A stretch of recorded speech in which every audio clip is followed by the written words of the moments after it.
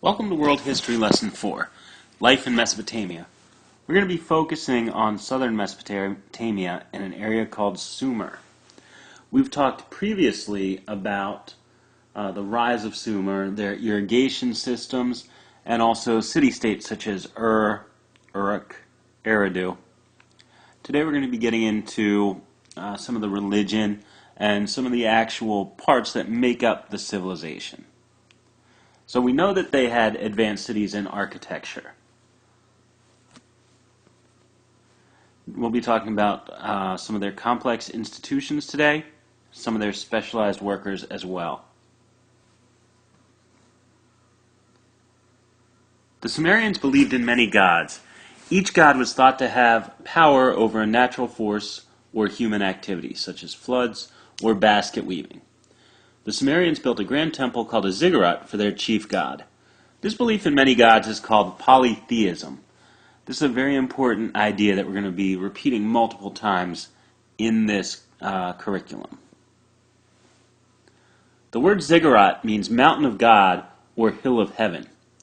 The ziggurat stood out as the centerpiece of the city.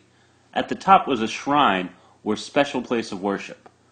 Only priests or priestesses could enter.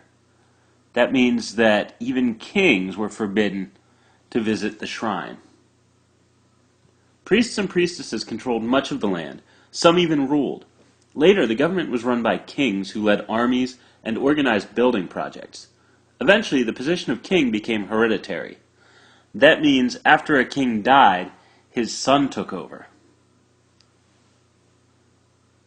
But what was life like in Sumer? Sumerian kings lived in palaces. Ordinary people lived in small mud brick homes.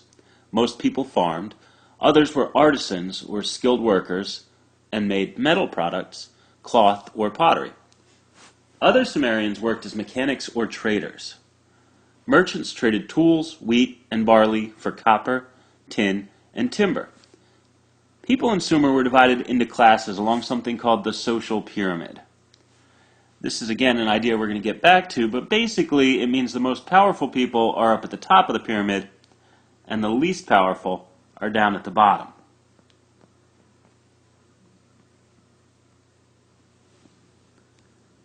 The upper class included kings, priests, and government officials.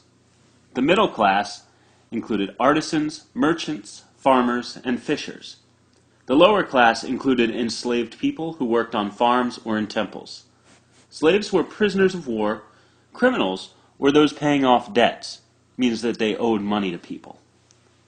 In Sumer, women and men had separate roles. Men headed the households, and only males could attend school.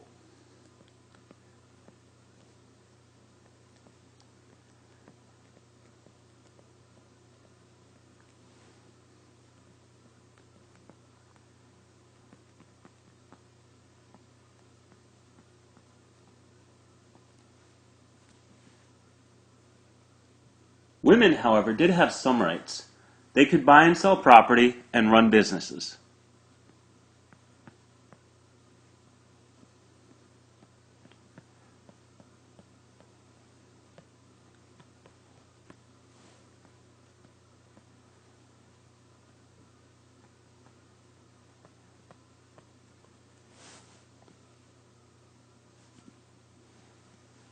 So, previously we've talked about advanced city-states in Sumer.